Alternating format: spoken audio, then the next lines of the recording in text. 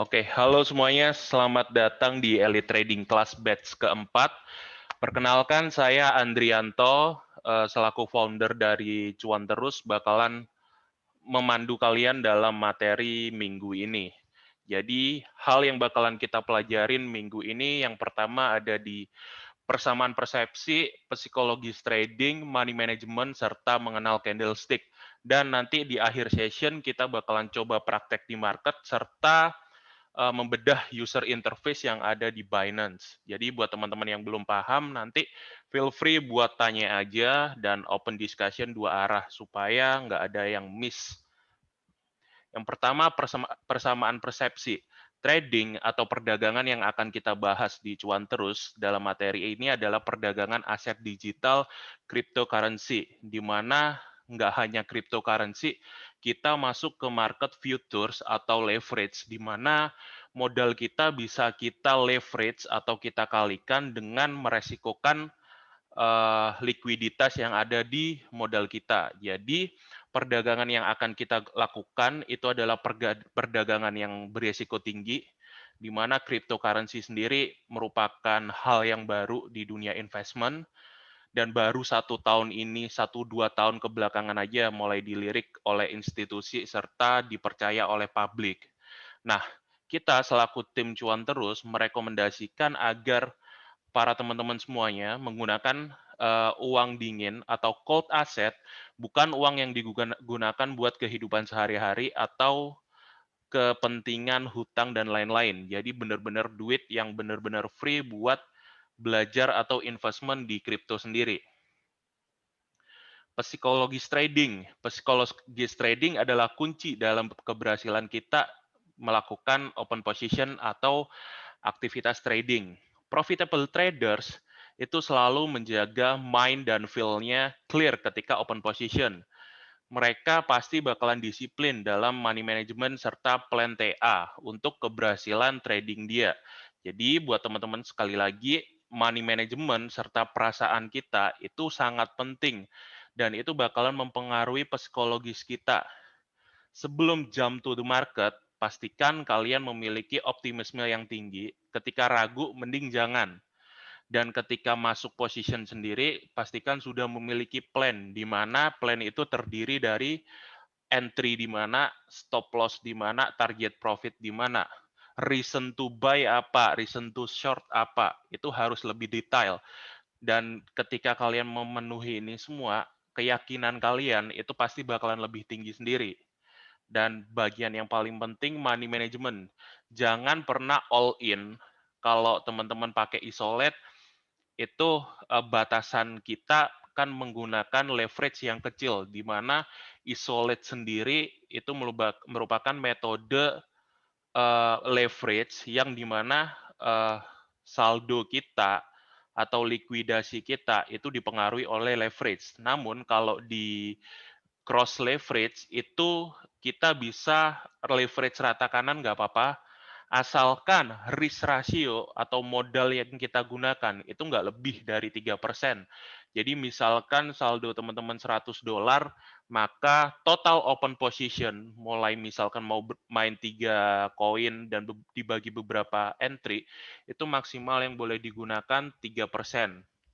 Leverage bebas, bisa diatur sesuai keinginan atau kebiasaan teman-teman sendiri gitu. Money management.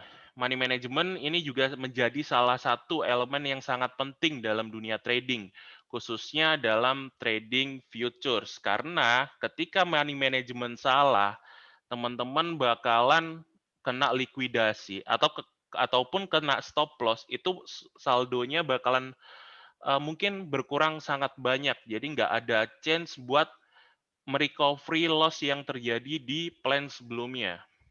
Tips bagaimana mengatur money management yang bagus adalah batasi leverage buat yang menggunakan isolate dan ukur risk reward yang sesuai. Ketika teman-teman meresikokan motor nih, nggak mungkin kan teman-teman mau mendapatkan becak. Jadi risk reward yang worth it itu adalah ketika kita meresikokan contoh $10, kita berharap itu $20 sampai $50. Bukan ketika kita meresikokan $10, kita cuma take profit itu cuma $2 atau $1. Itu salah besar.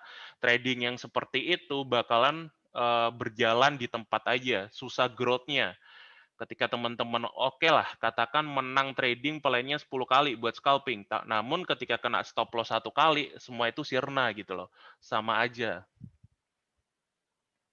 Nah, ini piramida perencanaan keuangan yang sering ada di institusi yang lain, di mana teman-teman pastikan dulu paling bottom itu ada dana darurat. Teman-teman pastikan mempunyai dana darurat dulu supaya lebih risk free aja, asuransi buat kesehatan, jiwa dan lain-lain. Dan yang kita gunakan untuk trading di sini di kripto ini sendiri itu ada di pos investasi. Jangan gunakan duit-duit yang ada di dana darurat, asuransi, dana pensiun, warisan, dan bla bla bla. Itu sangat berbahaya buat mengganggu psikologis kita.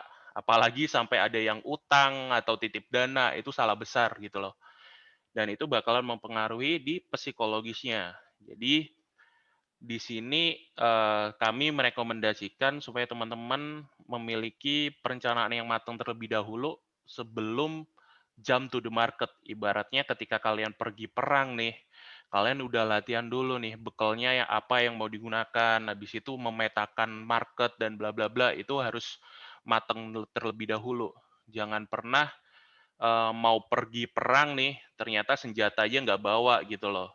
Atau senjata aja mau utang nih ke temennya, nanti gue ambil senjata di tengah peperangan deh gitu. Itu kan salah besar gitu loh. Resiko kita untuk menang sangat kecil di situ. Nah, kemudian di risk reward trading, risk reward trading adalah bagian penting sebelum kita memulai perdagangan atau open position entry. Kebanyakan trader hanya termakan FOMO atau FUD tanpa menghitung RR dan chance win trade. Nah, buat teman-teman yang di batch 4 nih, mungkin ketika udah masuk launch, senior-senior kita udah lihai nih tradingnya. Nah, dulu siklus ini yang di batch 3 iri lihat batch 2, yang di batch 2 iri lihat batch 1. Itu siklusnya berulang aja. Kalian nggak perlu ikut FOMO. Wah, teman-teman udah profit ratusan persen nih, gue ikut dong. Ternyata teman-teman senior-senior itu targetnya udah deket, kalian baru masuk, di mana reward-nya itu kecil, sedangkan risk-nya lebih gede gitu. Nah, kunci dari RR sendiri, pastikan RR-nya atau risk reward-nya minimal 1:2. Dan chance keyakinan winning trade-nya itu minimal 60-70% lah. Jadi di top-down analysis, kenapa kalian mau masuk itu? Entah misal nih, ada good news atau ada bad news. Nah, itu dijadikan sebuah apa ya, bisa dibilang alasan-alasan yang penting buat kalian open position gitu loh. Nah, jika risk-nya lebih besar daripada reward, saran kita ditinggalkan saja momen trade tersebut. Jangan dilirik, meskipun chance-nya gede gitu loh, tapi kita meresikokan yang sangat tinggi itu nggak worth it gitu. Nah, ini case study di mana risk reward trading yang bagus digunakan. Contoh ketika entry position ETH di sini harganya 370, risk-nya kita cuma $10, 360. Namun ketika kita menang, targetnya ada di 395 gitu. Teman-teman yang ada yang aktifkan mic nih kayaknya. Bentar, siapa nih? Minta tolong di mute dulu dong. Oh iya Om, saya Om. Tolong di mute dulu supaya nggak ngeganggu. Oke, saya lanjut terlebih dahulu. Kemudian kita masuk ke mengenal candlestick. Candlestick merupakan sebuah simbol lilin dari Jepang yang berisikan informasi data open, high, low, dan close dari sebuah pergerakan harga dalam suatu time frame tertentu. Jadi bentuk candlestick seperti ini, pasti kalian udah mengetahui juga. Jika harga close di atas harga open, maka ditandain dengan bullish candlestick yang biasa berwarna hijau atau putih. Namun jika harga close bawah di harga open, itu berarti candlestick bearish atau ditandai dengan warna merah atau hitam. Nah, tipe dan candlestick yang bakalan kita bahas di sini ada doji, engulfing, hammer, hanging man, inverted hammer, dan shooting star, candlestick marubozu, morning star, evening star, dan twister top dan bottom. Nanti kita bakalan cari juga di market bagaimana cara entry-nya, bagaimana cara stop loss-nya, dan penting buat digarisbawahi, candlestick sifatnya sebagai early warning. Jadi ketika mau open position itu bisa dijadikan satu alasan, namun bukan karena alasan ini doang kalian jump to the market. Karena ada berbagai macam analisa yang lain buat kita take position gitu loh. Kita gunakan ini sebagai early warning. Ketika harganya mau bergerak, kita bisa masuk di market tersebut gitu. Yang pertama, weak candlestick atau yang biasa kita sebut dengan candle tanpa body adalah posisi pergerakan market yang sangat volatile atau tidak tentu arahnya kemana. Hal ini biasanya terjadi karena psikologis trader terkena pengaruh fear of missing, FOMO atau FUD. Nah, yang kedua, doji candlestick adalah pola candle yang memiliki wick atas bawah. Hal ini menginformasikan bahwasanya pasar mengalami keraguan karena harga open dan tutup nyaris sama. Biasanya candlestick doji seperti ini itu marketnya abu-abu gitu loh. Jadi jangan entry di area seperti ini. Tolong buat teman-teman mic-nya di mute dulu guys. Kemudian bearish engulfing. Bearish engulfing candle adalah di mana ketika market mengalami titik reversal, pergerakan harga dari bullish ke bearish. Biasanya ciri-ciri ini ditandain dengan smaller body di candlestick sebelumnya, bisa morning star, bisa evening star, atau hanging man, atau shooting star, di mana candlestick early warning yang bersifat bearish berlaku di sini. Dan kemudian next candlestick-nya itu adalah full body candle atau ada wick pun sedikit gitu loh. Dan kunci dari sini sebetulnya low dari smaller body ini harus ditembus terlebih dahulu supaya ini confirm trennya berubah dari bullish ke bearish. Dan opsi seperti ini teman-teman bisa langsung open market di area low dari smaller body atau opsi kedua menunggu inside bar. Jadi ketika ini cuma ada 2 candle, teman-teman tinggal menunggu 1 atau 2 candle lagi, dia naik ke atas dan ternyata nggak kuat naik, baru kita hajar turun ke bawah. Itu teknik entry di bearish engulfing. Nah, ini contoh di market nih, di mana di sini candle-nya beberapa kali naik, namun 2 candle sebelumnya dia mengalami keraguan dan ditutup dengan low dari candlestick sebelumnya ditembus ke bawah. Kemudian harga turun langsung ke bawah. Jadi kunci dari bearish engulfing adalah low dari candlestick sebelumnya itu ditembus dan mayoritas atau kebanyakan di market bearish engulfing sifatnya tren yang sangat kuat karena berbentuk hampir full body candle atau marubozu. Nah, berbeda dengan bullish engulfing, ini di mana ketika market mengalami titik reversal atau pergerakan harga dari bearish ke bullish. Candle ini ditandai dengan satu body penuh marubozu candle. Kondisi seperti ini adalah di mana bullish atau buyer mengontrol pergerakan harga market. Kuncinya mirip-mirip seperti bearish engulfing, di mana high ini harus ditembus terlebih dahulu, baru kita bisa open position. Nanti kita praktekkan aja di market. Ini contohnya di kirinya, ini kayaknya hammer namun kan kecil, bisa disebut evening star atau morning star. Dan kemudian full bullish engulfing dia terbang. Nah, hammer atau hanging man ini 2 candlestick yang sering kita ketemui di market. Nah, dan ini adalah powerful reversal candle, di mana ketika muncul seperti ini biasanya harganya cenderung reverse gitu.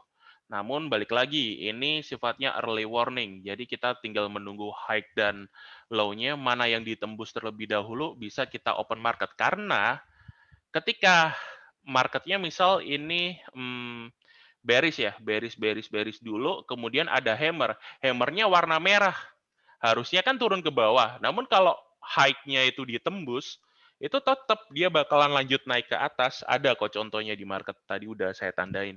Dan begitu juga hanging man. Jadi warna nggak berpengaruh di area candlestick kedua ini. Nah, ini contohnya nih. Ini kebetulan yang pertama reversal candle hanging man-nya dia merah.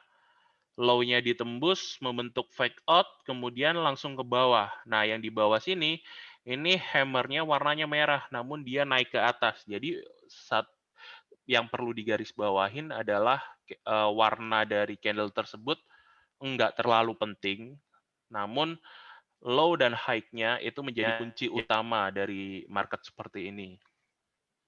Nah, yang selanjutnya inverted hammer dan shooting star. Candle ini mirip-mirip seperti hammer dan hanging man yang tadi, cuman yang berbeda adalah wick-nya. Dimana kalau hammer wick candle-nya itu ada di bawah, kalau inverted hammer dan shooting star itu wick-nya ada di atas. Kuncinya mirip seperti yang tadi, di mana high dan low-nya harus ditembus terlebih dahulu. Jadi teman-teman bisa memahami ciri-cirinya buat entry position gitu. Nah, ini contoh di marketnya, di PDF ada, bisa dibaca-baca terlebih dahulu. Kemudian full candle Marubozu, candlestick Marubozu ini candle konfirmasi yang paling kuat trennya. Jika terjadi di market ada full hijau atau full merah Marubozu, itu jangan pernah ngelawan market lagi. Atau ketika udah naik kenceng nih, mau di short, jangan. Mending tungguin next candle dia correction ke bawah, itu inside bar, baru kita masuk untuk entry position gitu. Nah, ini contohnya.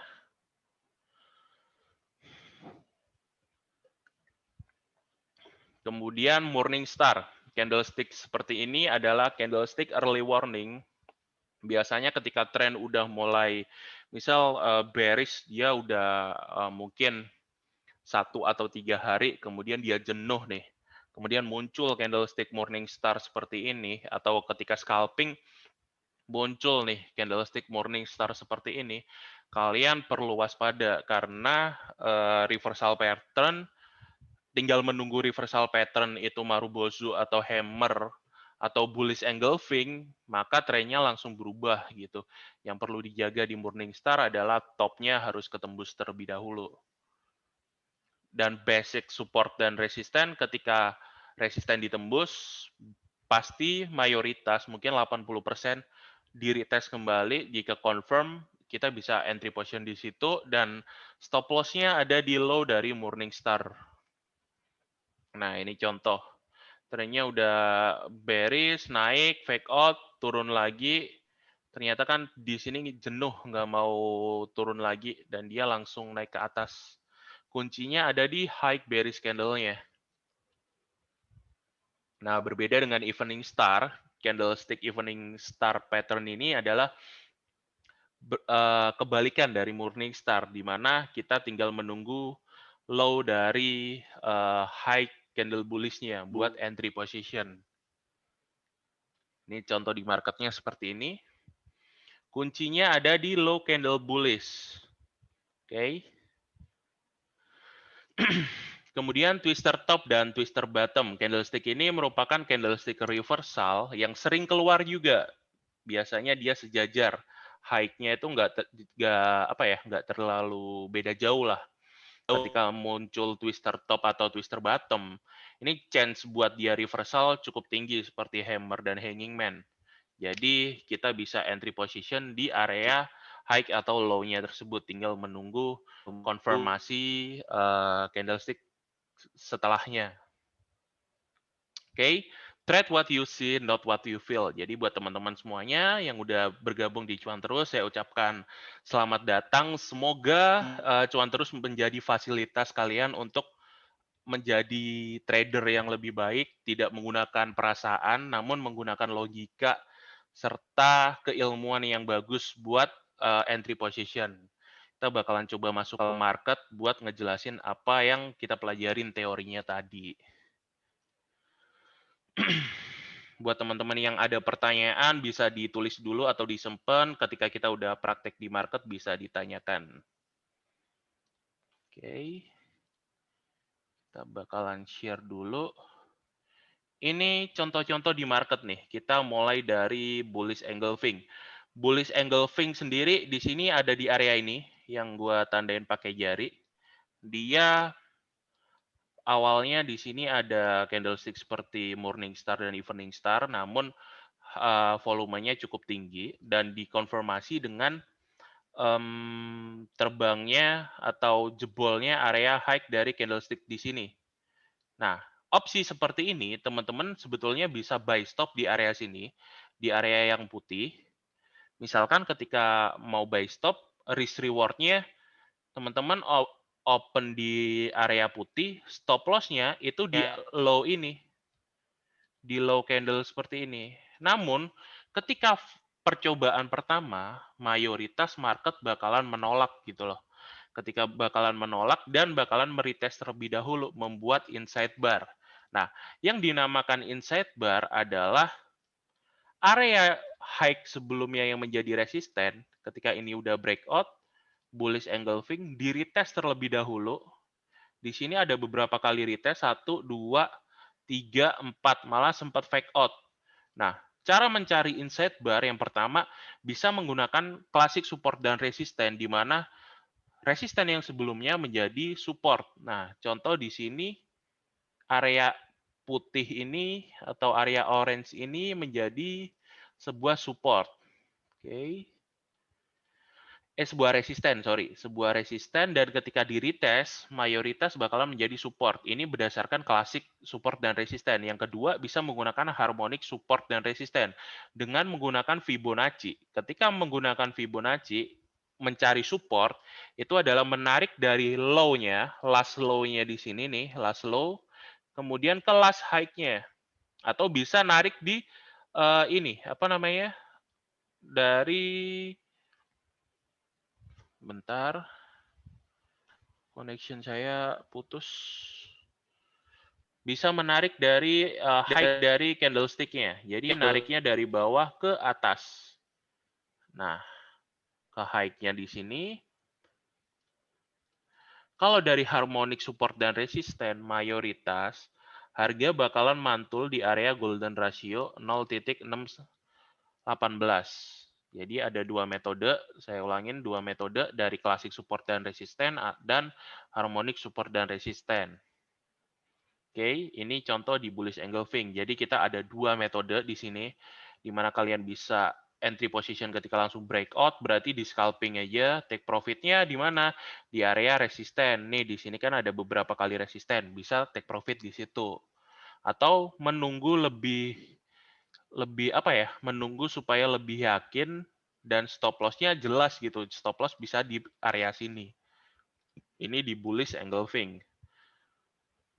Kalau di bearish engulfing, ini low-nya kan ada di sini nih. Low candle sebelumnya. Ini ada shooting star, kemudian fake out ke atas, dan create bullish engulfing.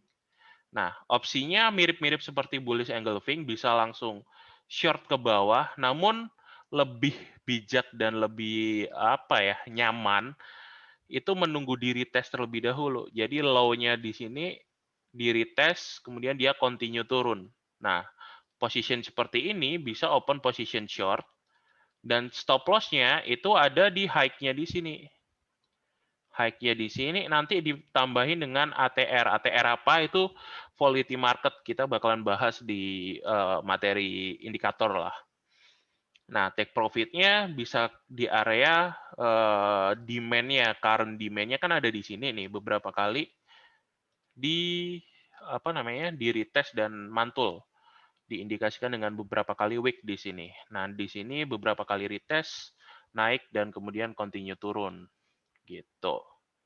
Nah, ini hammer. Kalau di hammer sendiri, yang pertama, balik lagi, tunggu high-nya close, dijebol, kemudian bisa menunggu area inside bar di sini, inside bar di area orange, buat entry position.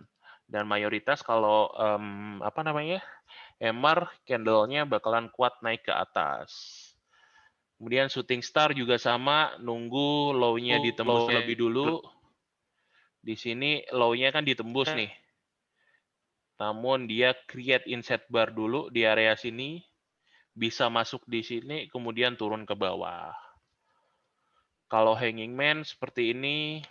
Nah, kalau morning star biasanya nongol di area sideways. Jadi area seperti ini yang saya boxin ini merupakan area choppy market di mana kita range tradingnya sangat kecil gitu. Oke, ini contoh di twister top. Twister top 2 candle mayoritas high dan close-nya high open close-nya hampir sama. Ketika twister top tinggal nunggu ini dijebol, ini create inset bar, bisa masuk di situ dan bisa turun ke bawah. Ini juga sama. Create inset bar juga di sini. Oke. Jadi sifat dari candlestick sendiri itu merupakan early warning dan bisa dijadikan titik entry position karena di situ sendiri kan terdapat sebuah support resisten dari persilangan 2 candle atau lebih gitu. Oke. Sampai di sini jika ada yang ingin ditanyakan boleh banget teman-teman bisa open mic-nya.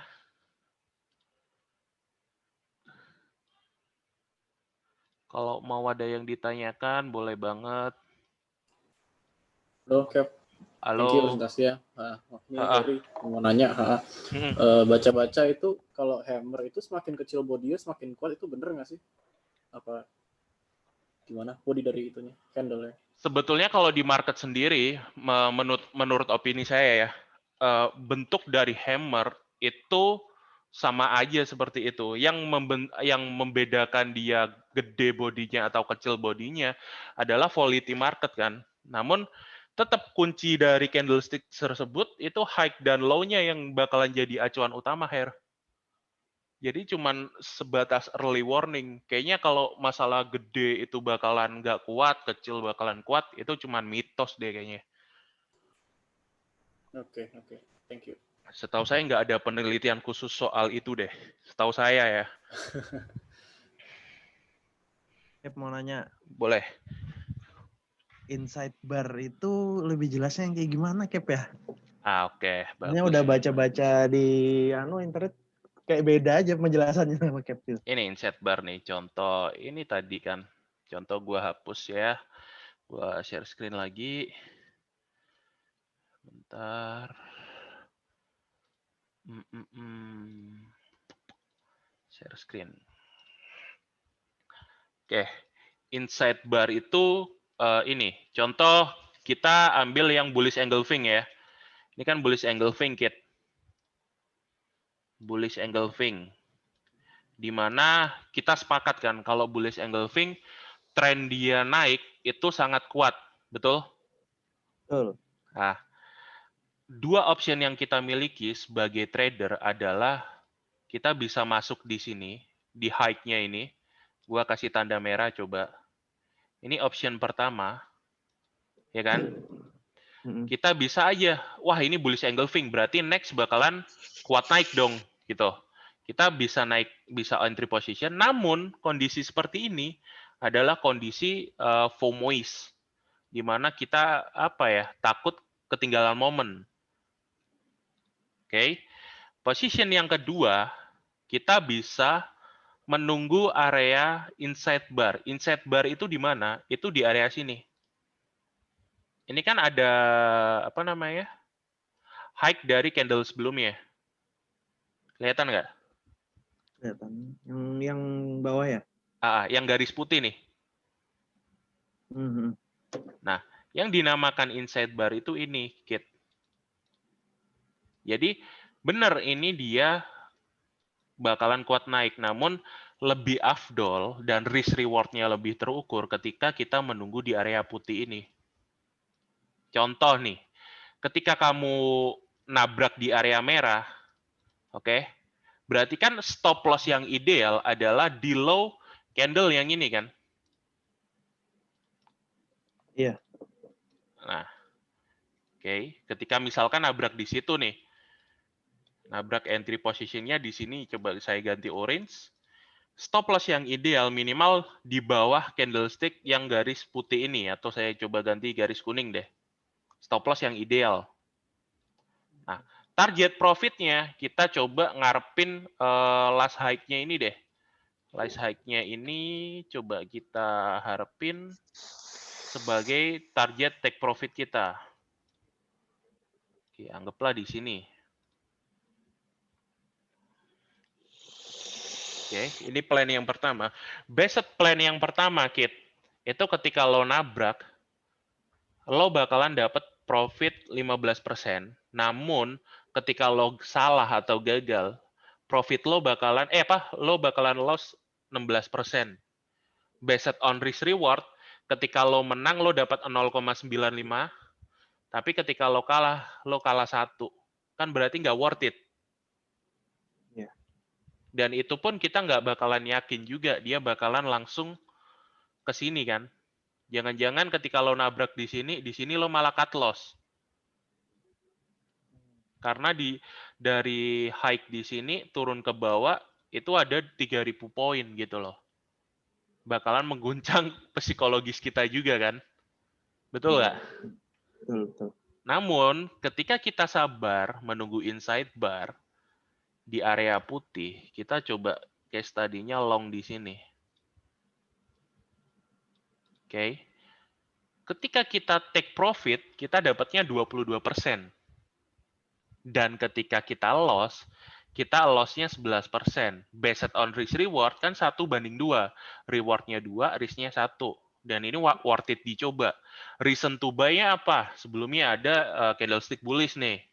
Kemudian 1, 2, 3, 4, 5 kali dicoba, dia berhasil mantul. Ada 2 alasan kan. Dan dia sudah membuat correction wave ABC di sini. Berarti indikasi dia mau naik ke atas kuat gitu loh. Jadi option nunggu inside bar itu lebih cocok buat teman-teman yang swing trading. Namun buat scalping ya bisa nikmatin cuan itu sih. Gitu kalau dari inside bar. Ada yang ditanyakan atau kurang jelas buat yang lainnya? Saya coba hapus. Cap, tanya, tadi sempat mention supply demand, itu ntar ada materinya sendiri atau gimana? Soalnya saya belum paham tuh cara penentuan. Supply demand kan basicnya dari support dan resisten kan. Contoh, di sini menjadi sebuah supply kan, di sini supply. Dan di sini area demand. Sebetulnya sama aja kayak support dan resisten, nggak ada jauh beda kok. Gitu. Oh. Cap, tanya lagi Cap. Boleh. Ini itu bakalan. Yang bullish engulfing. Yang bullish engulfing yang putih itu kan sudah jadi create inside bar. Yang merah itu bearish, itu bisa jadi inside bar juga nggak sih Cap? Yang mana nih? Setelah bullish. Ini ya? Iya. Ini hammer ini ya? Yang kanannya. Ini. Yang dua ini. Dua candle, ya itu. Ini. Bentar. Iya, gua. Ini ya? Iya. Oke. Kenapa? Bisa jadi apa? Inside bar juga. Buat di type kecil. Ya, kalau di TF kecil inside bar juga dia. Ini kan case tadinya di 4 jam kan. Kalau di TF kecil di 4 jam dia turun ke bawah lumayan kan. Dari high di sini dia ngelakuin fake out yang di sini nih. Turun $3.000. Nah, di area sini itu kan dia head and shoulders. Bisa buat short juga kalau mau scalping. Iya. Cuman kita mau main di tipe apa gitu loh. Swing trading, scalping, atau jadi intraday. Karena setiap strateginya bakalan berbeda gitu.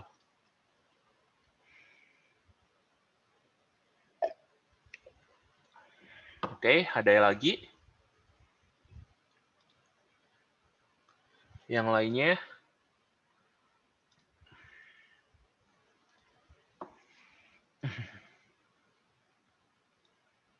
Halo, 40 orang nih. Sepi banget. Halo, Cap. Oke. Halo. Lanjut. Boleh.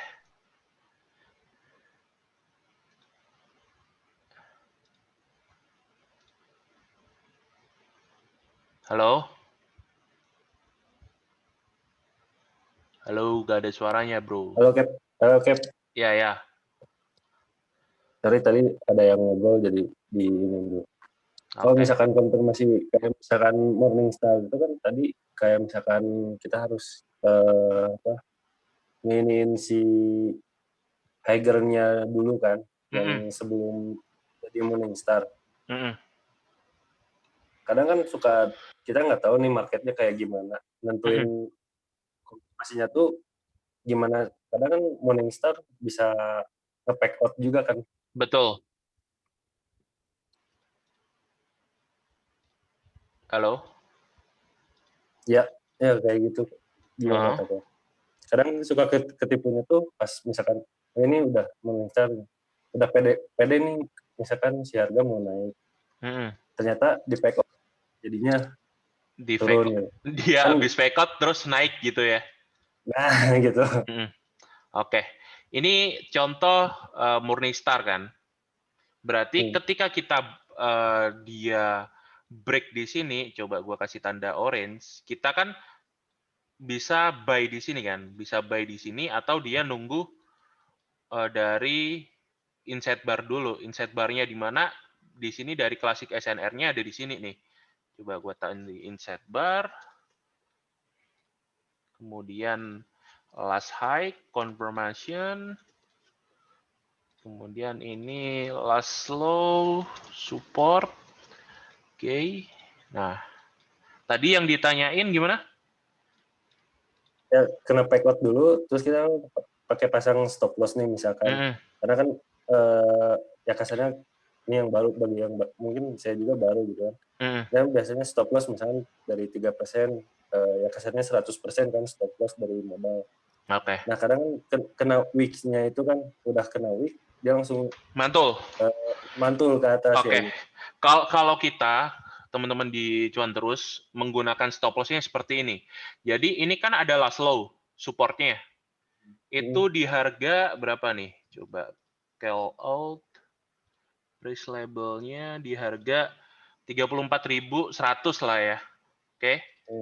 Berarti ketika kita entry position di misalkan case tadinya kita nunggu di inside bar nih, oke?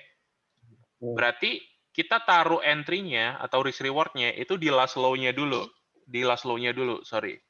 Kemudian kita menggunakan indikator tambahan, yaitu ATR. ATR itu adalah pengukur volatility market dalam satu candlestick gitu.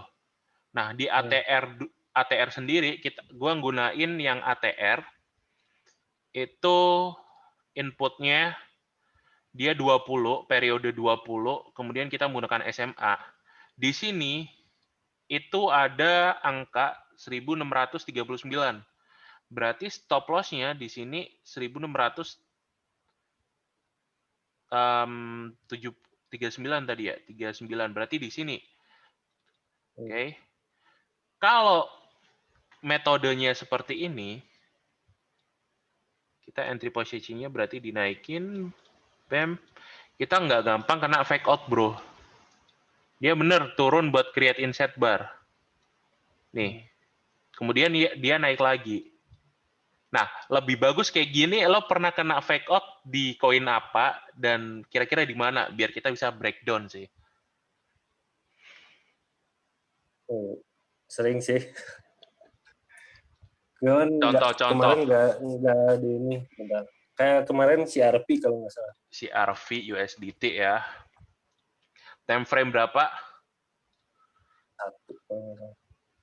Waktu kemarin subuh kalau nggak salah. Kemarin subuh berarti tanggal 13-an. sekitar jam 1 jam 12-an. Kemarin ya berarti ya? Nah, berarti di area sini nih, di area sini. Di area box ini kan. Oke, yang mana nih kira-kira nih? Seingat.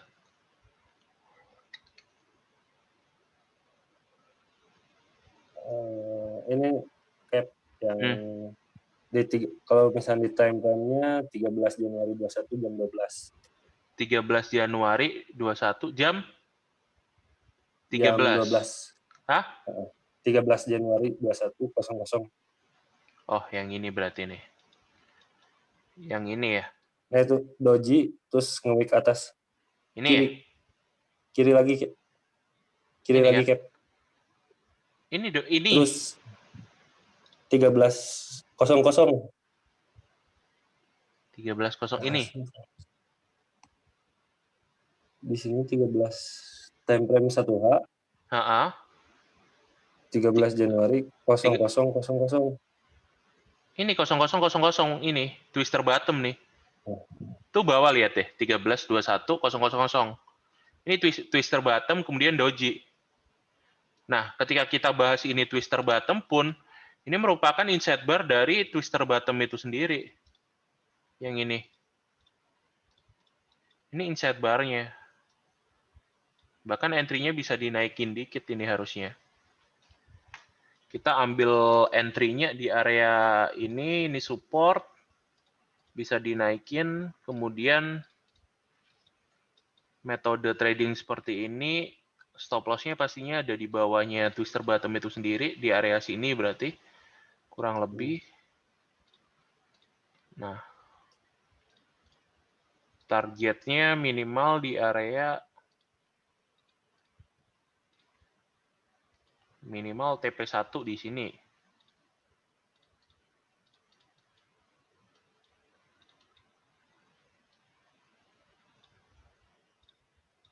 Oke, let's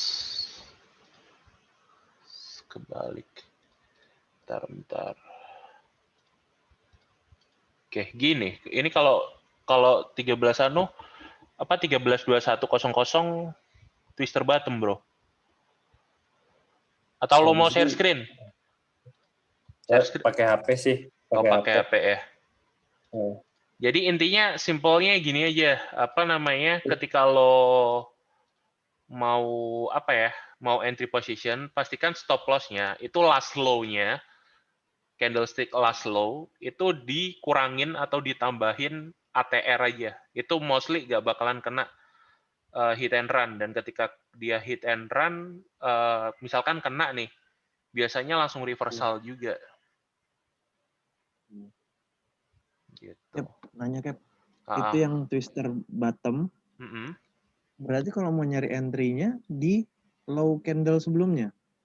Ini kan beberapa kali ketika lo lihat, ini yang pertama ketika lo jeli nih, ini jadi resisten kan? Nih, oh, iya. jadi resisten. Jadi support, break, jadi resisten.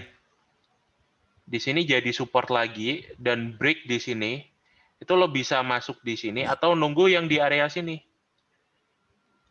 Jadi area sini itu merupakan area inset bar-nya berdasarkan klasik support dan resisten. Namun ketika lo coba pakai harmonik, berarti narik Fibo-nya dari low di sini ke atasan. Nah, dia bakalan stop di area harmonik atau golden ratio-nya. Nih, kelihatan nggak? Kelihatan. Nih, jadi nariknya yang dari ditarik itu candle sebelumnya atau candle merahnya, candle bearish-nya atau candle bullish-nya? last low dan last high-nya. Ini kan last low-nya ada di yang bearish, namun last high-nya ada di yang bullish. Jadi lo tarik aja. Satu dari Fibonacci dapat, dari klasik support dan resisten juga dapat. Di sini kan dapat juga. Namun ketika lo pakai klasik support dan resisten, entry lo bakalan lebih tinggi di sini. Di area yang orange ini. Coba gua hapus. Gua ganti warna putih. Nah, gini. Ketika lo pakai classic support resistance, entry lo ada di garis orange, namun ketika lo pakai harmonic, lo bakalan nunggu di box orange-nya. Kap, sorry Kap. Yang harmonic itu maksudnya apa ya? Ketika kita mencari support dan resisten, metodenya kan ada 3, ya kan? Yang pertama, classic support resisten.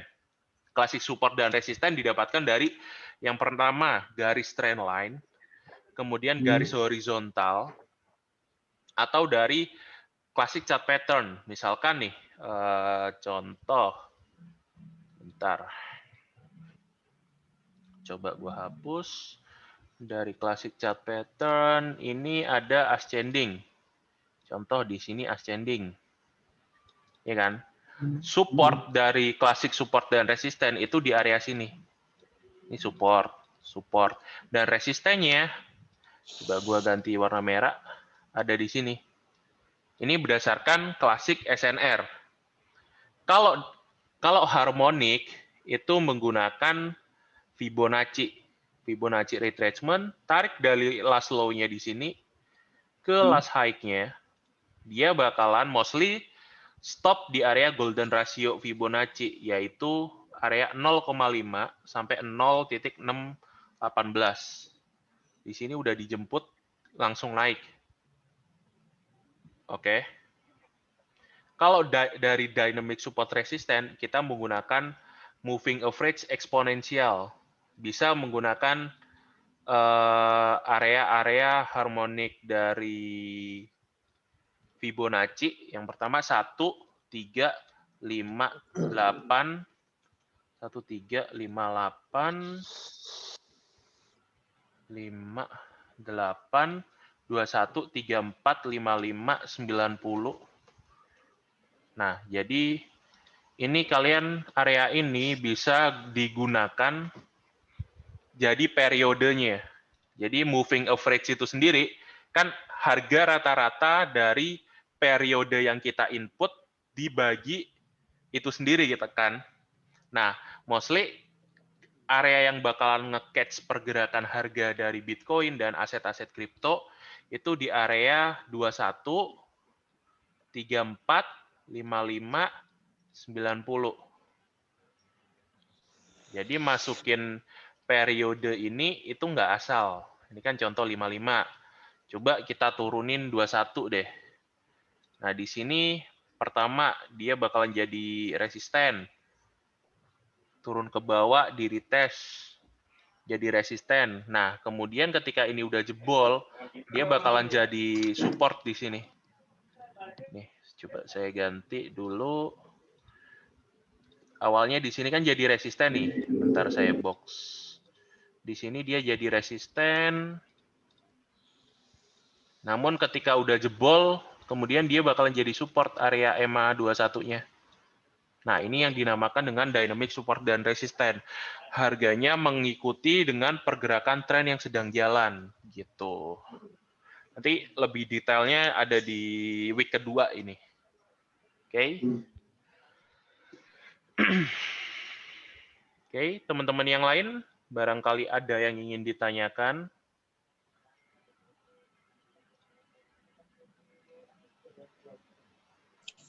Halo Cap, mau tanya. Boleh, silakan. Misal kita bermain di TF 15 menit, menentukan rank bermain kita gimana, Cap? Sorry, menentukan apa? Ranknya.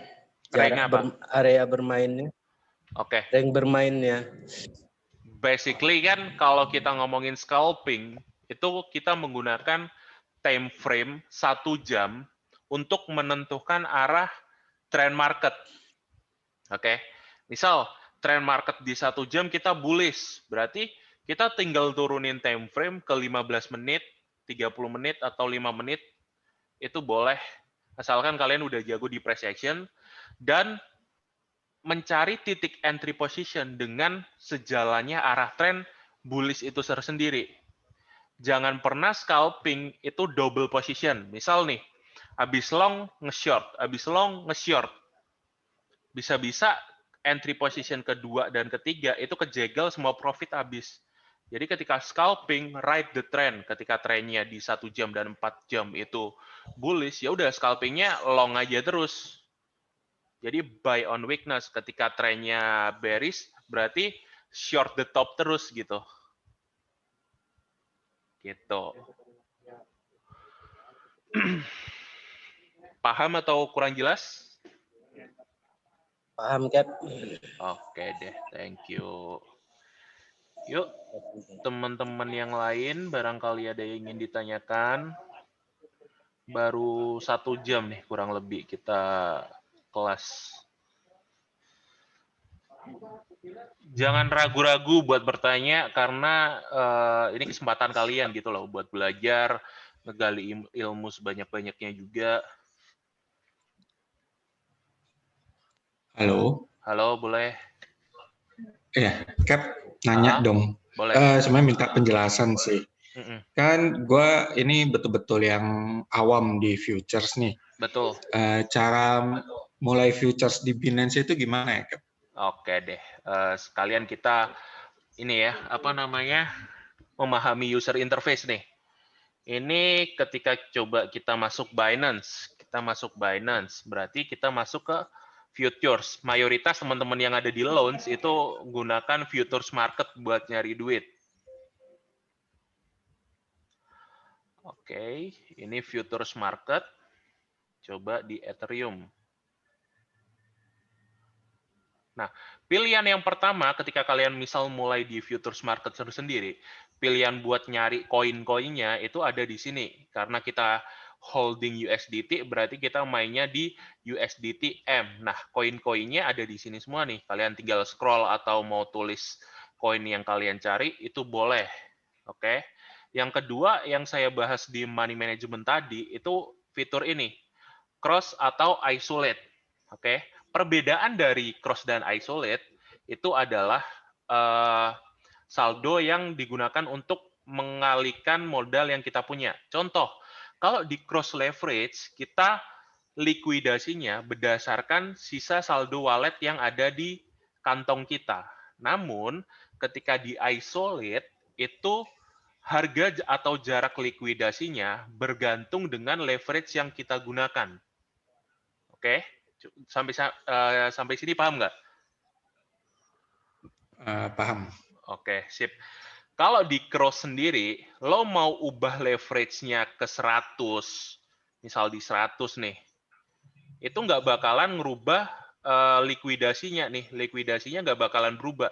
Dan yang perlu dipahami di cross leverage adalah margin ratio yang digunakan. Di sini, idealnya kalau kita menggunakan cross leverage, margin ratio ini nggak boleh lebih dari 3%. Leverage bebas lo mau pakai berapa.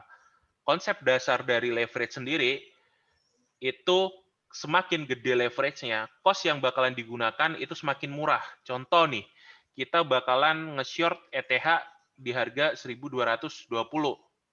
Kita open misal 5 ETH.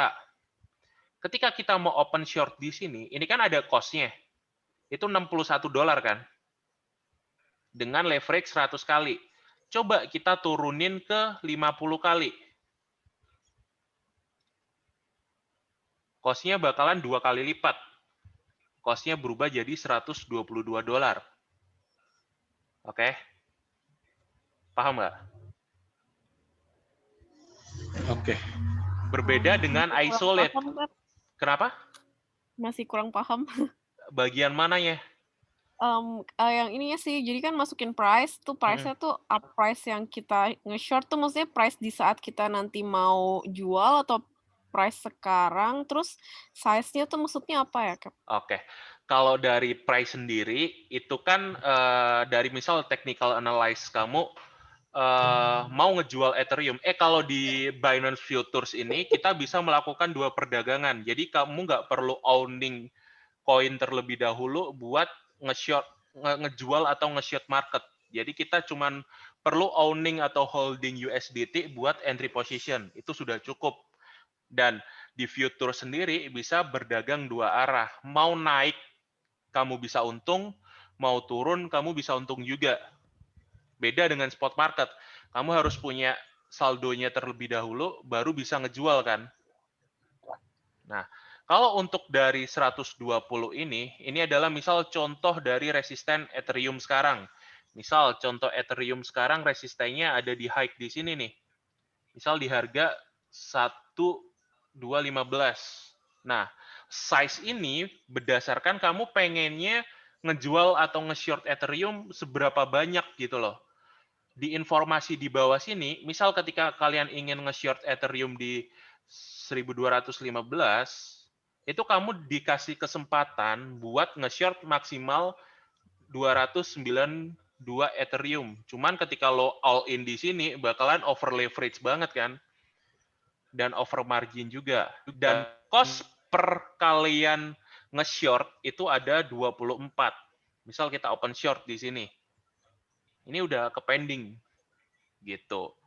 Sama juga ketika misal lagi nge-buy. Misal buy-nya 1.200 deh. Satu Ethereum. Cost-nya di sini bakal 24. Tinggal diklik aja open long di situ. Gitu. Dan buat teman-teman di Binance juga, kita di Binance sendiri ada fitur take profit dan stop loss pertama. Contoh nih, misal mau nge-short di 1215, size-nya 1 Ethereum, mau take profit-nya di 1200, stop loss-nya di 1220. Nah, ini bisa kalian atur langsung.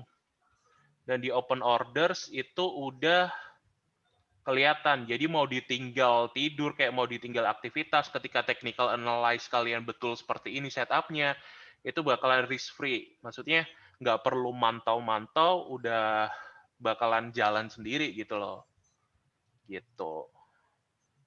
Sampai sini paham nggak? Iya lumayan. Itu jadi maksudnya yang tadi kayak masukin size-nya 1 ETH itu kita jadi kayak punya kesempatan untuk beli atau jual dengan maksimal 1 ETH gitu ya? Iya nggak sih? Dengan kalau maksimal yang kamu punya kesempatan itu ada di bawah nih, di bawahnya cost kan ada maksimal nih. Oh iya. Ini maksimal yang bisa kamu perdagangkan atau yang kamu jual itu di sini. Nah, kalau satu Ethereum sendiri itu berdasarkan kemampuanmu atau keinginanmu kepengen nge-short satu Ethereum atau berapa. Dan itu kan dibagi dari cost-nya sendiri. Nah, cost sendiri itu dipengaruhi oleh leverage yang di sebelah sini nih. Yang 50 kali. Itu dipengaruhi oleh leverage. Semakin kecil cost-nya, semakin kecil leverage-nya, misal 20 kali nih. Misal 20 kali. Cost-nya bakalan lebih mahal. 65. Sorry, saya belum ngerti deh kalau leverage itu ngaruhnya kemana sih? Ke cost serta likuidasinya. Harga likuidasi ini nih. Liquidation price. Kalau liquidation price itu apa ya, Kap? Sorry, belum ngerti. Kalau liquidation price, kita kan ketika di futures, kita bisa menggandakan modal. Misalkan, modal kamu 1.000 nih, ya kan? Modal kamu 1.000. Contoh di sini nih, ada kalkulator kayaknya. Liquidation. Nih, misal modal kamu entry price-nya di 1.200. Oke. Kuantitinya kamu nge-short atau beli 1 ETH. Saldo yang kamu miliki itu $1.000. Ini dikalkuliat aja. Liquidation price-nya ada di $201. Liquidation price apa? Liquidation price adalah ketika kalian kena harga ini, maka saldomu sebanyak $1.000 ini bakalan hilang ketika menggunakan cross leverage. Namun ketika menggunakan isolate, ini sama-sama 1.200 dan saldonya 1.000, leverage-nya sama 20. Ini dikalkulate aja. Udah jalan belum nih? Ntar, contoh 10. Udah jalan ya? Entry price-nya 1.200, exit price-nya 1.300, quantity 1 ETH. Liquidation price. Bentar. Ini contoh isolate ya.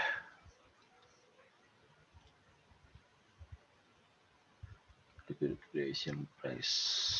Nah, bedanya isolate dan cross ada di sini nih. Kalau di isolate kamu bisa tulis balance-nya total. Namun kalau di isolate itu kan ketika open position di sini $63 cost-nya, itu kamu masukin di sini Laras.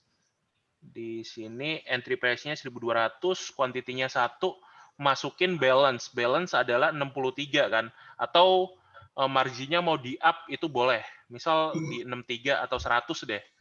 Dilebihin 43. Nah, liquidation price-nya ada di 1.105. Nah, di sini jadi titik poin yang penting gitu. Karena kita seperti meminjam modal di exchange buat naikkan entry kita gitu. Atau model yang kita gunakan. Oh, oke. Sip. Kalau kena tanya dikit, kalau kena liquid tadi yang cross saldo di spot itu kena juga gak? Apa yang enggak, aja? Yang di future aja.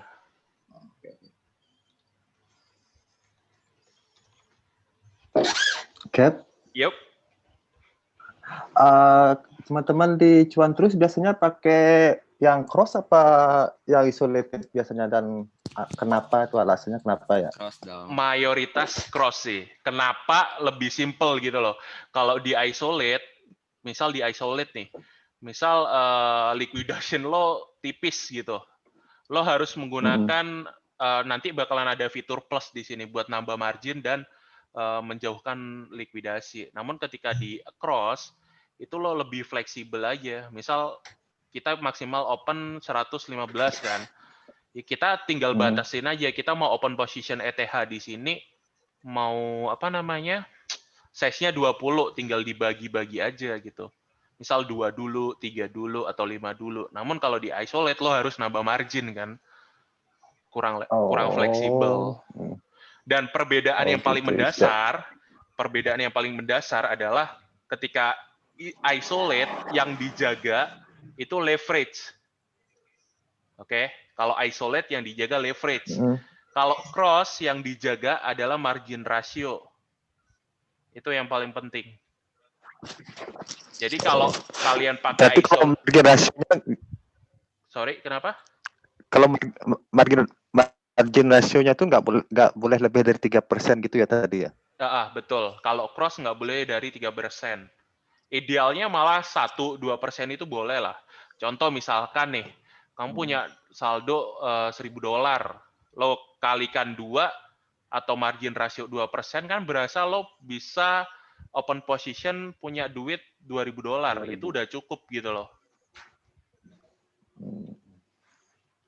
Leverage bebas kalau di cross karena nggak mempengaruhi dari likuidasi. Yang mempengaruhi likuidasi adalah margin ratio. Namun kalau isolate, leverage wajib kecil karena mempengaruhi harga likuidasi. Jadi tentukan kenyamananmu di mana dan lakuin aja gitu.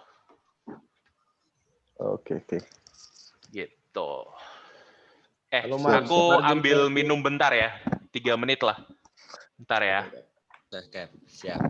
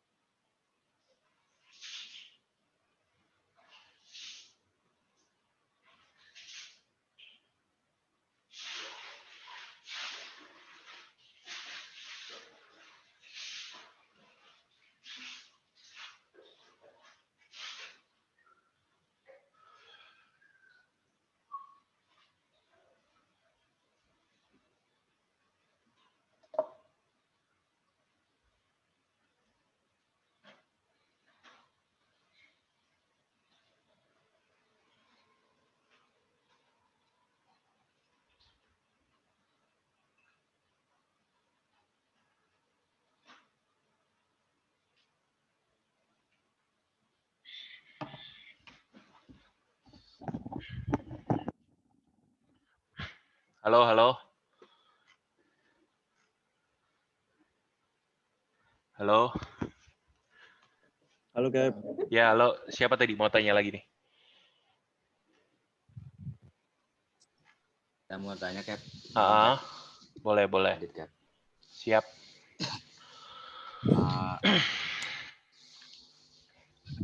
Sebenarnya udah masuk future lama, beberapa lama lah. Kenapa? Cuma masih belum bisa menentukan itu, Cap. Future Binance. Masih belum bisa menentukan SNR. Terus cara menentukan time frame itu gimana sih, Cap? Itu nanti kalau support dan resisten, time frame dan bla bla di minggu kedua kita bakalan bahas. Siap. Jadi nanti kita ada step by step-nya buat pelajarin itu semua. Oke. Gitu. Jadi minggu pertama ini harapannya kita mempelajarin mulai dasar dulu, basic dulu. Mungkin buat teman-teman yang awam bisa enak belajarnya, dan buat teman-teman yang udah mulai paham bisa di-refresh terlebih dahulu lah. Supaya kita sepemahaman dan se-vibration lah. Gitu. Kalau yang sedang Cap, Sorry. Duluan. Oke, silakan.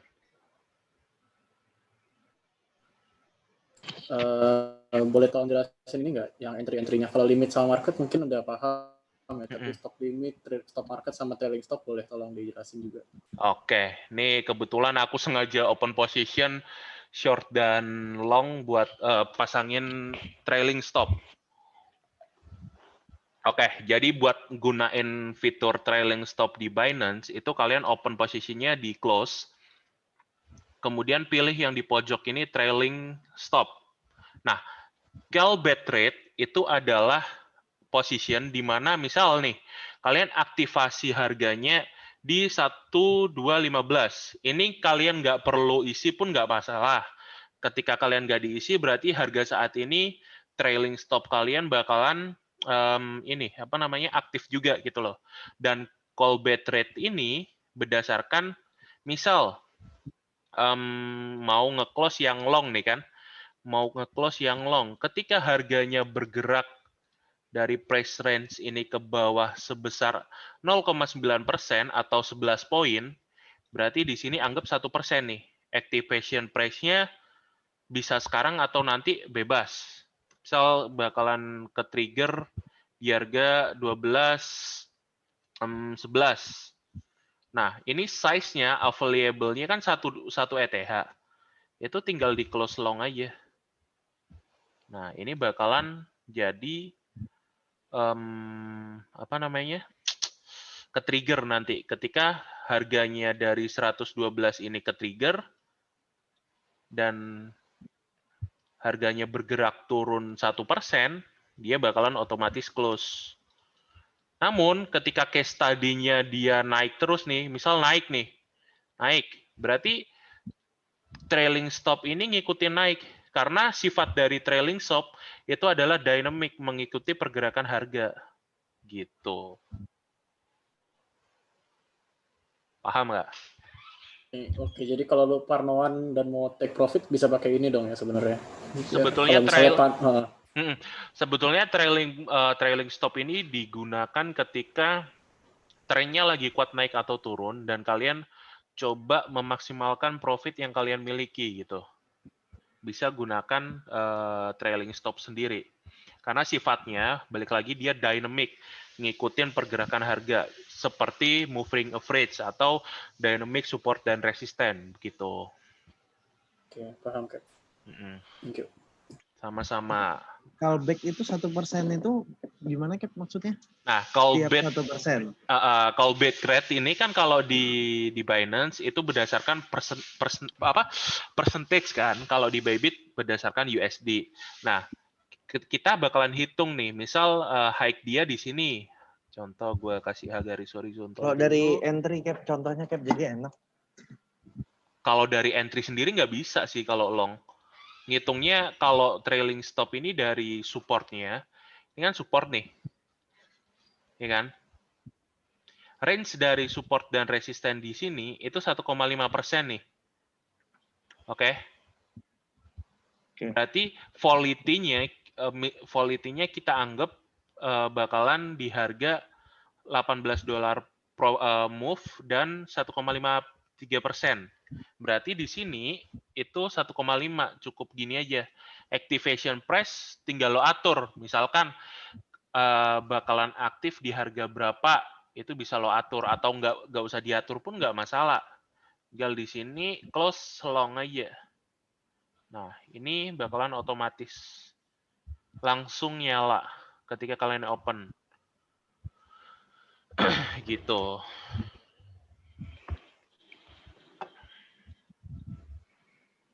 Paham nggak? Size-nya maksudnya itu size-nya dari size yang kamu miliki. Gitu. Size-nya di sini kan 1 ETH nih. Size-nya sama aja kayak SL Plus kan?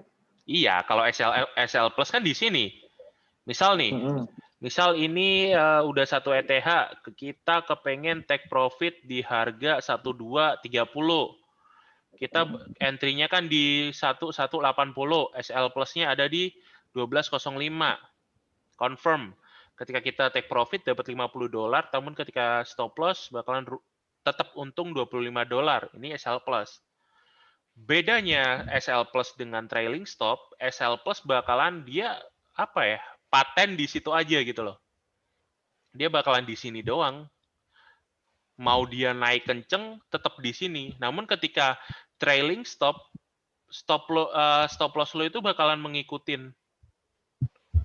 Dan ketika harganya tiba-tiba cross 1,53%, dia bakalan nge-close. Jadi dynamic, mengikuti pergerakan harga. Gitu.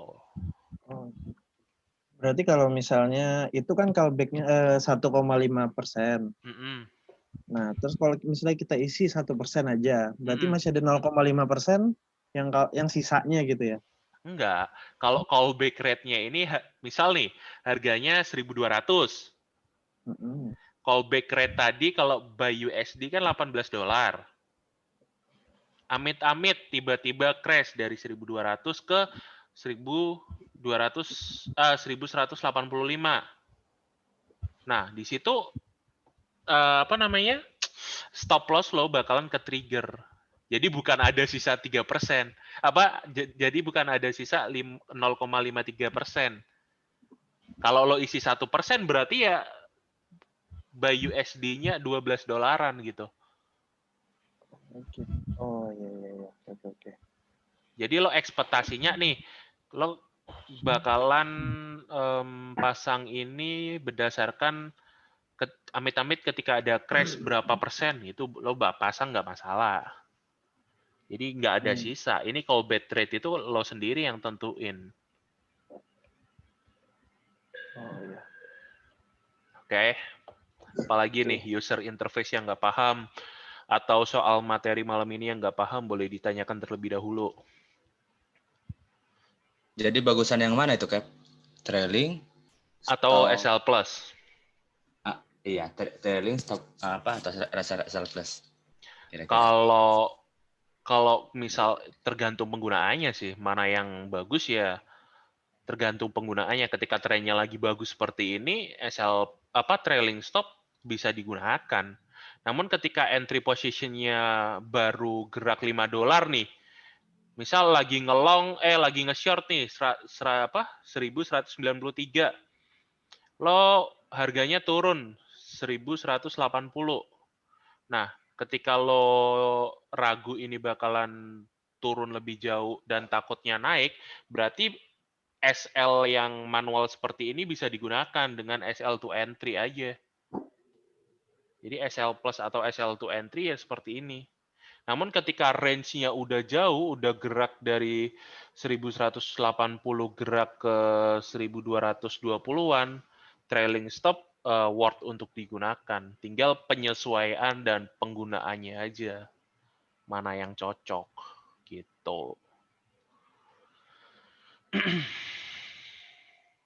Berarti callback rate-nya itu ngikutin harga naik, bukan nunggu higher high-nya gitu, Cap?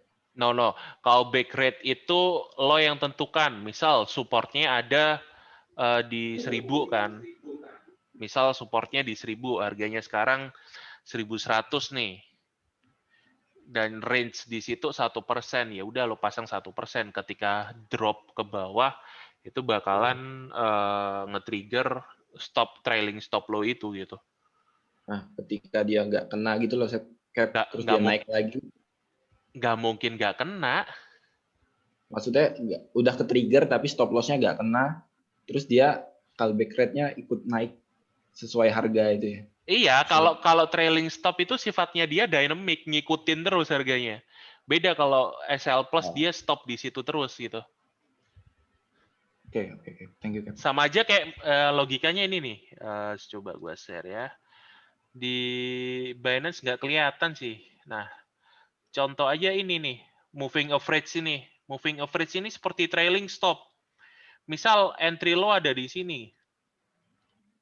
Entry lo ada di sini nih. Take profit lo itu logikanya ada di sini. Misal di 5%. Misal di sini di garis hijau kan. Oke. Ini take profit lo atau activation price deh. Ketika activation price di sini dan lo anggap ini sebagai support terbaru. Gua garis putih. Jadi range di sini antara activation price ke bawah di sini itu yang dinamakan callback rate. Paham nggak? Paham, Cap. Sampai sini paham ya? Paham. Ketika lo activation price di sini selesai dan callback-nya di sini aktif, ketika harganya naik ke atas nih, yang merah ini, dia bakalan ngikutin terus. Jadi stop loss yang harusnya ada di sini tadi, dia bakalan ngikutin terus. Oke, paham. Gerak terus. Geraknya 5% dari harga ini, dari harga high-nya. Jadi ngikutin terus seperti garis merah ini. Nah, dia bakalan ke-trigger ketika harganya tahu-tahu drop 5%. Itu bakalan ke-trigger. Jadi istilahnya trailing stop ini untuk ngegiring profit lo lebih maksimal gitu loh. Contoh ketika udah entry position di sini activation price nih. Activation price. Bentar. Activation price, lo take profit 50% dari total kontrak. 50% lagi lo berniat untuk take profit maksimal di area high crisis nih. High crisisnya di sini contoh. Nah, lo bisa gunakan trailing stop di sini. Jadi TP all-nya di sini, all-nya di sini, tapi lo udah gunakan trailing stop buat ngejaga profit lo. Jadi yang harusnya TP-nya stop loss-nya di sini itu nanti bisa di atasan, gerak terus dia ke atas. Dan ketika tiba-tiba drop baru ke trigger atau malah take profit all lo kena dulu gitu. Jadi sifat dasar trailing stop seperti itu. Oke, sampai sini paham nggak? Paham. Buat teman-teman yang lain, sampai sini paham atau kurang jelas, atau ada yang ingin ditanyakan, boleh. Yang margin ratio tadi, Cap, itu tergantung apa, Cap? Kalau cross ini tergantung total saldo lo. Oh. Contoh nih, saldo gua berapa nih? 7.100 sekian, 7.150. Gua cuman menggunakan margin $60, which is dari $60 dari 7.150 ini cuman 0,17%. Itu ditentukan dengan margin. Contoh, misalkan saldo gua 1.000 deh, 1.000. Berarti margin kalau 3%, 30 kan. Berarti margin yang digunakan di sini maksimal $30 dari total position. Misal mau positionnya banyak dan banyak entry, berarti ya dikurangin marginnya. Supaya margin rasio nggak lebih dari 3%. Karena idealnya 3%. Oke. Sip. Ada yang ingin tanyakan lagi? Limit stop limit, Cap? Hah? Limit sama stop limit bedanya apa ya? Limit sama stop limit. Kalau limit, kalau mau nge-stop itu better stop market. Jadi better stop market. Gua contohin deh. Semoga ini gerak ya. Ini harganya. Itu sebenarnya stop loss atau take profit ya? No.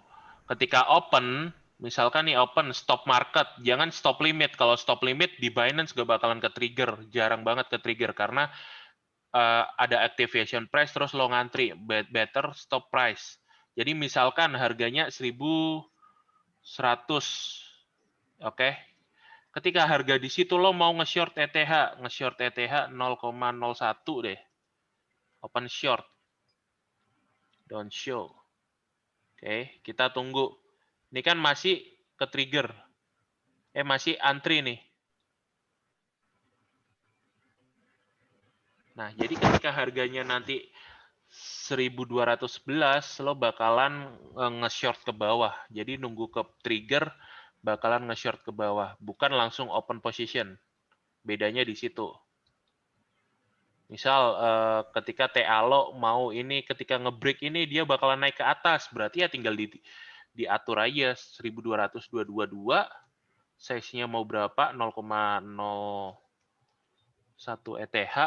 Open long ketika harganya di sini, lo bakalan buy long langsung market di situ. Gitu. Oke. Sip. Beda sama market di sini. Kalau market di sini kan harga sekarang lo tabrak. Iya. Ngerti. Jangan stop limit saran gua karena dia bakalan ngantri. Jadi percuma. Gitu. Yep. Sip. Coba kita apa tuh? SL suka udah masang SL tapi nggak kena gitu. Pernah masang SL beberapa. Biasa stop loss. Itu stop limit sih biasanya. Kalau stop limit jarang kena. Jangan pernah kalau udah stop ketiduran loss, terus nggak kena tuh. Aduh. Yes.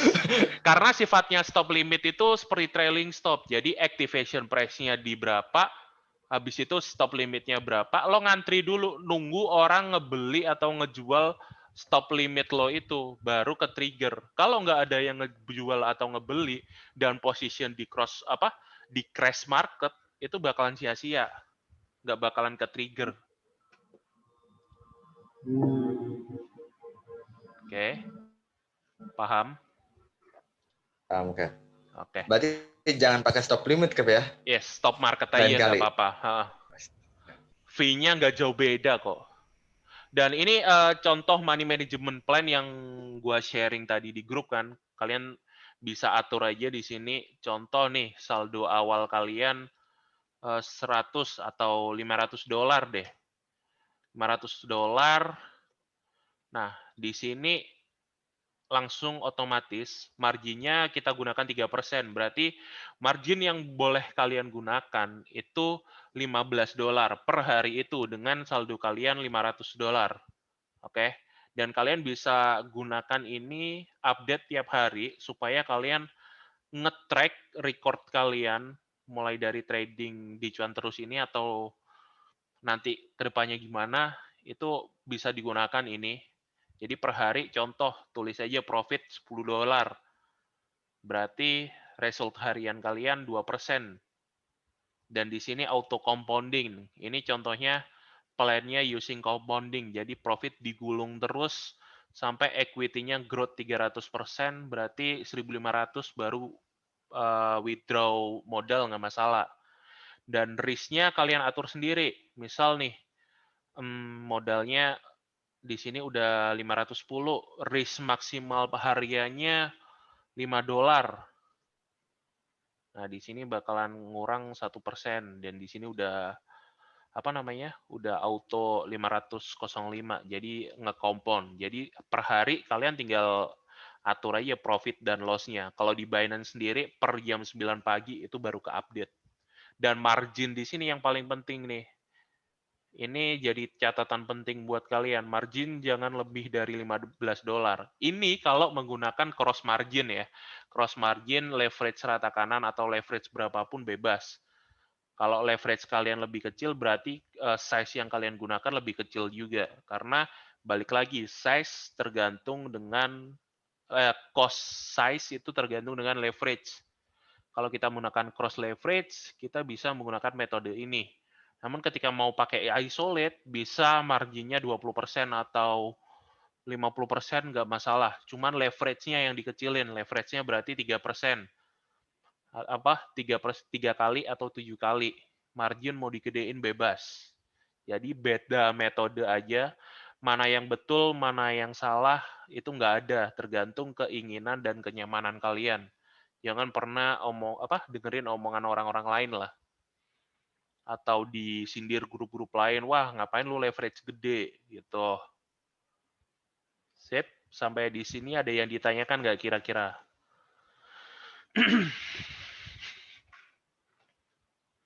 Halo? Satu lagi mungkin, Cap.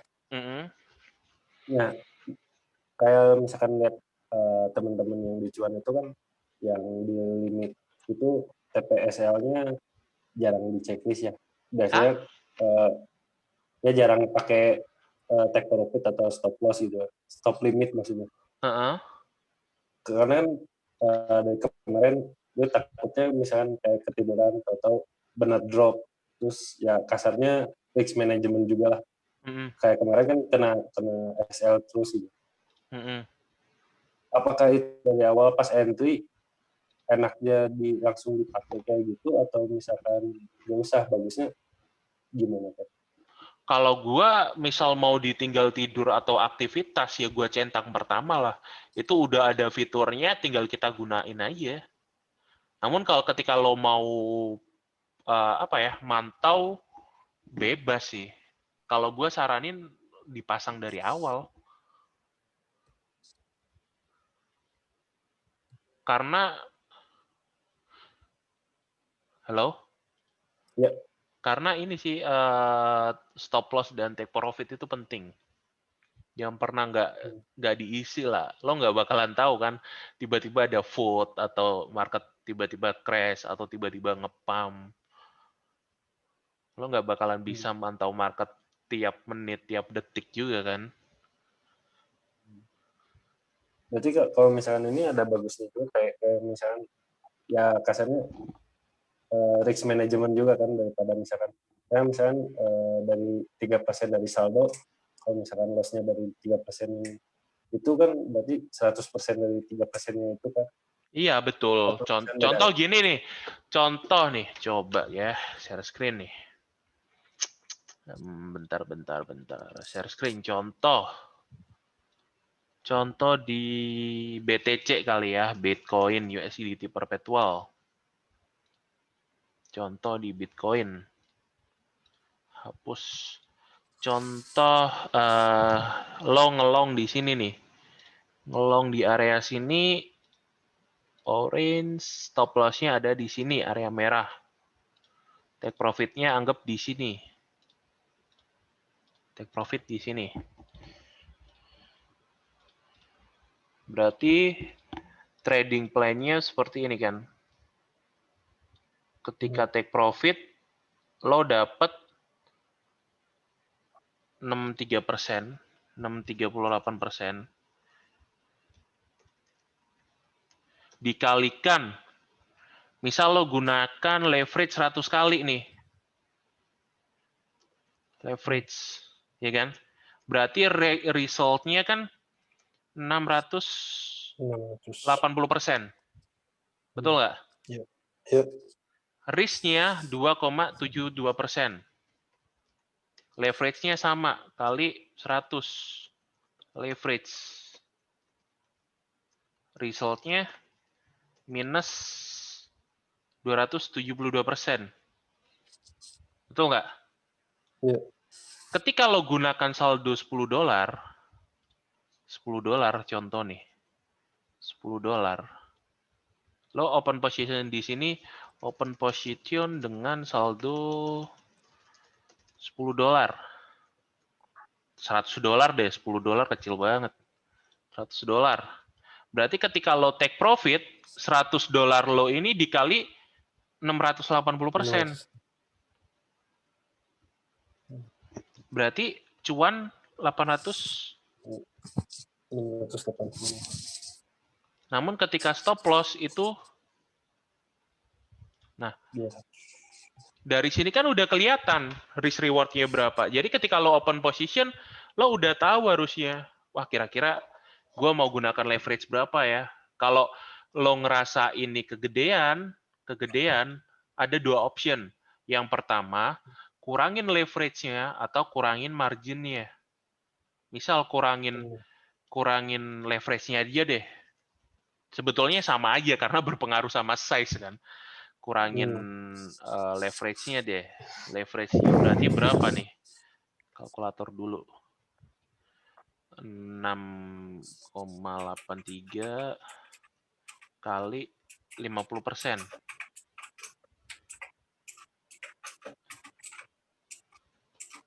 341. Di sini 341. Di sini 2,72 dikali 50. 136. Di sini 136. Ini by percentage ya. Berarti kalau case study-nya seperti ini, di sini minusnya $136. Di sini lo cuan $341. Jadi ini lo yang nentuin gitu loh, mau leverage-nya yang dikurangin atau margin-nya yang dikurangin di sini bebas. Gitu. Jadi diukur. Jadi kayak risk reward seperti ini itu mempengaruhi decision kamu untuk masang size gitu loh. Jangan taunya untung tapi waktu rugi nggak siap gitu loh. Nanti bakalan blame the others gitu, ngeblame teman-teman yang ngajakin entry atau ngeblame siapa, itu nggak baik juga kan. Dan misal diajakin teman-teman atau diajakin siapa, ayo entry yuk, tanyain dulu target profitnya di mana, stop loss-nya di mana, gitu. Jadi kamu bisa ngatur decision mau pakai size berapa, mau pakai saldo berapa, itu penting. Ribet, iya emang di awal, cuman itu buat keselamatan lo ke depannya kan. Trading itu maraton, nggak bisa one hit one kill gitu loh. Bisa-bisa di next day lo wreck. Gitu. Siap, ya. Sip. Ada yang mau ditanyakan lagi? Cap, tentang ini tadi Cap, stop market.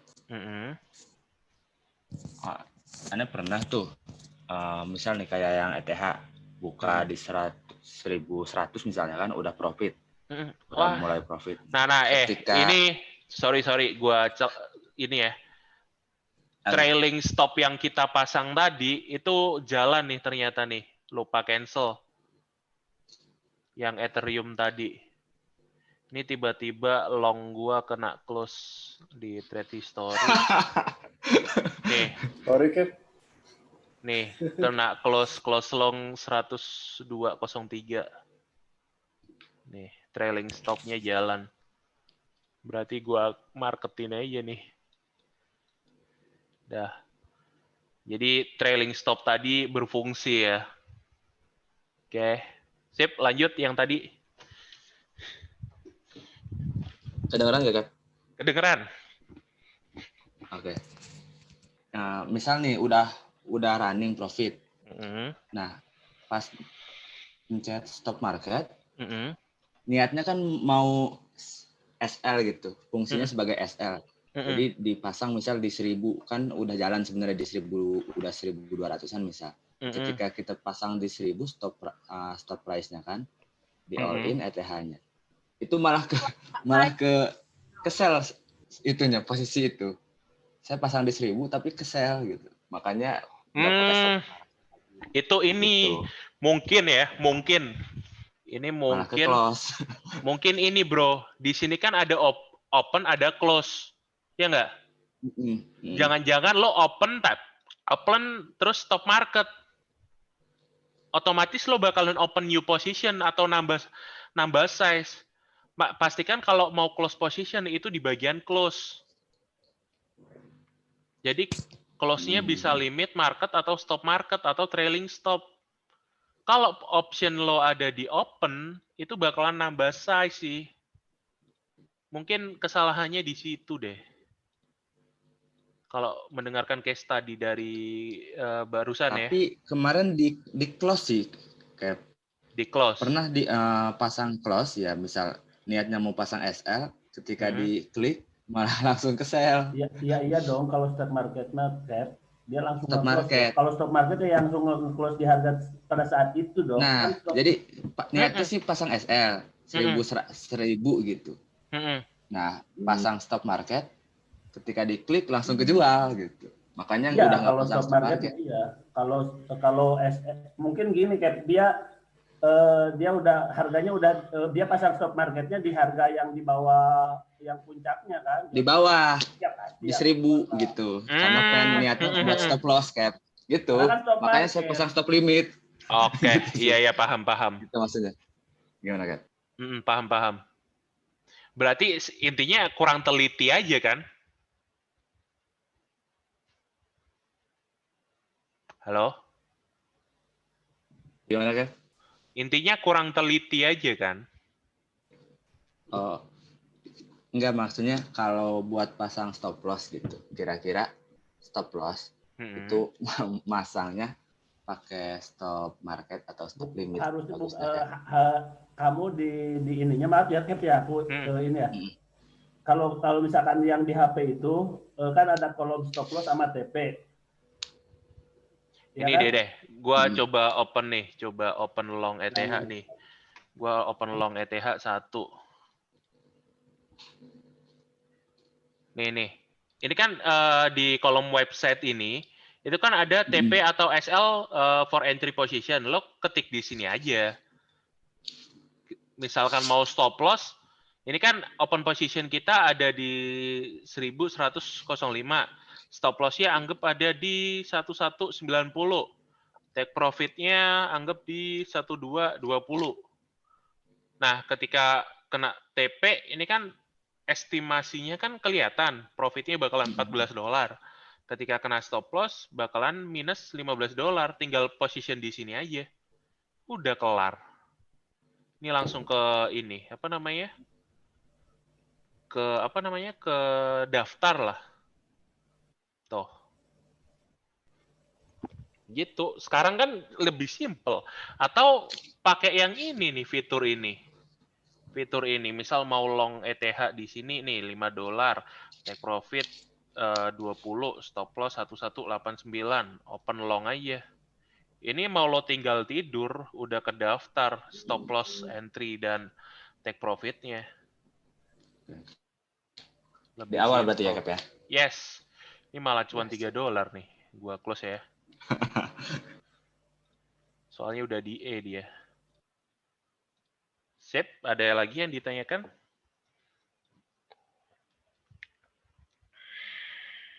Biasanya kalau yang baru itu Cap, nggak terbuka itu open close-nya itu. Ini. Itu hedging ya? Nggak lain-lainnya nggak. Biasanya nggak terbuka itu position modenya. Oh iya. Ini hedging. Gunakan hedging aja, hedging mode aja. Nanti di week ketiga kayaknya kita pelajarin tentang hedging mode. Jadi memaksimalkan potensi profit yang kita milikin gitu loh. Misal trennya lagi bullish, ya kita holding position yang bullish, shortnya buat scalping nyari duit jajan. Sama aja kayak tadi ketika gua open di sini nih, meskipun shortnya tadi minus kan, namun gua nge-lock position unrealized-nya $13. Mau dia naik, mau dia turun, tetap cuan. Gitu. Sip, ada yang ditanyakan lagi? Nggak kerasa udah 2 jam juga. Halo, Cap. Yes. Kalau misalnya kan saya punya kayak saldo $100. Untuk gininya, untuk risk management yang baik itu berapa dolar yang bisa saya pertaruhkan setiap hari itu, kayak open posisinya berapa dolar, berapa dolar dan stop loss-nya berapa dolar itu maksimalnya gitu. Kalau saranku misal nih buat $100, teman-teman yang modalnya $100, resikokan 10% pun nggak masalah menurut gua. Karena kalau mau hilang pun duit $10, 100.000 gitu loh. Cuman kan ketika ada potensial profit itu bisa di minimal $20 sampai $50 per hari. Namun ketika pengen konsisten dan main safe itu maksimal 3% aja. Itu udah saya kirim Excel planning money management, tinggal kalian isi aja saldonya berapa, kemudian profit atau loss-nya berapa per hari, tinggal diisi aja. Di situ ada keterangan margin margin default-nya itu 3%. Nanti itu yang bisa kalian gunakan gitu. Jadi saranku untuk yang $100 3% lah, 3% atau 10% nggak masalah sih kalau $100. Namun kalau udah yang saldo $1.000 ke atas, kalau bisa 1-3% udah lumayan kok. Gitu. Profit atau loss-nya segitu targetnya per hari gitu ya? Kalau masalah 3% profit itu? Yes, kalau masalah profit dan loss itu lo pribadi yang nentuin. Misal nih, saldoku $100. Target monthly-ku, target bulananku, pengen $100 ini jadi $150. Berarti kan $50 return, cuannya 50% kan. Resiko yang aku sanggup terima, misalkan 1 bulan, misalkan amit-amit, gue bakalan coba istirahat atau berhenti dan belajar dulu nih ketika risk-nya udah minus 20% atau $20. Itu bisa lo set 20% kan berarti. Itu by monthly, by bulan. Namun kalau harian ya di breakdown lebih kecil lagi. Misal per open position targetnya 10%, berarti risk-nya 3-5%, nggak masalah. Asal risk reward terukur dengan baik gitu. Kalau masalah target profit, kemudian stop loss atau target rugi, yang bisa nentukan itu kalian sendiri gitu loh. Kalian ikhlasnya berapa? Jangan ditentukan oleh orang lain. Contoh, saldo di futuresku anggaplah 10.000 nih, 10.000. Target risk harianku, ETH terbang lagi gample. Target risk harianku itu misal $200. Namun potensi yang bisa dimaksimalkan itu ada di $500 sampai $700 gitu. Jadi itu yang kita tentukan sendiri. Oke.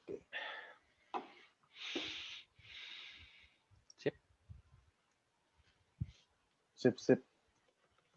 Udah, ada lagi?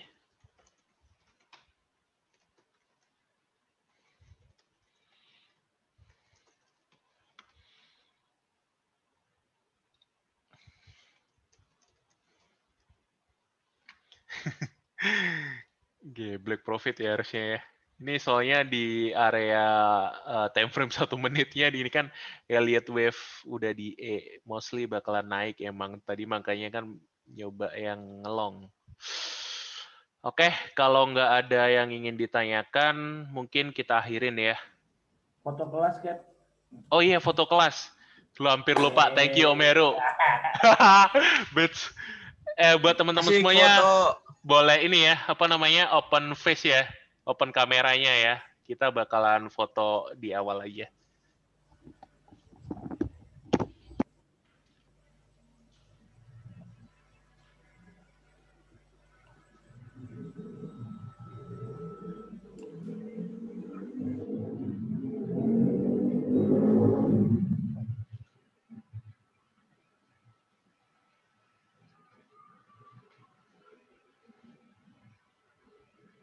Gak punya cam cap di PC. Yuk, minta tolong dong diaktifin kameranya.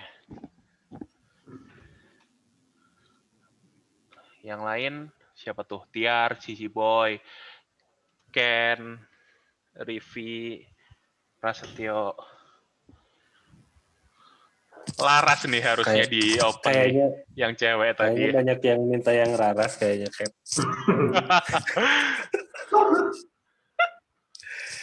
Laras mana nih Laras? bisa minta bantuannya di open nggak kameranya? Udah kabur, banyak buaya. Angel wes. Gara-gara ada Mark ini. Fadli kayak gitu. Lo deal. Angel udah, Angel. Oh. Iya, gua. Oke. Ini udah semua ya. Kalian bisa screenshot masing-masing boleh kok. Oke. 1, 2, 3. Oke, bentar. Gua share di grup. Kemudian di yang page kedua nih. Yang lain yuk. 1, 2, 3. Sip. Oke. Thank you guys. Makasih banyak udah memilih Cuan Terus buat tempat belajar tradingnya. Semoga kita bisa sukses dan berkembang bersama. Kalau ada yang kurang paham atau yang ada yang ingin ditanyakan bisa chat di grup lah intinya. Thank you guys. Thank you, Cap. Sampai jumpa hari Minggu ya. Oke. Thank you, Cap. Thank you. Thank you, Cap. Thank you.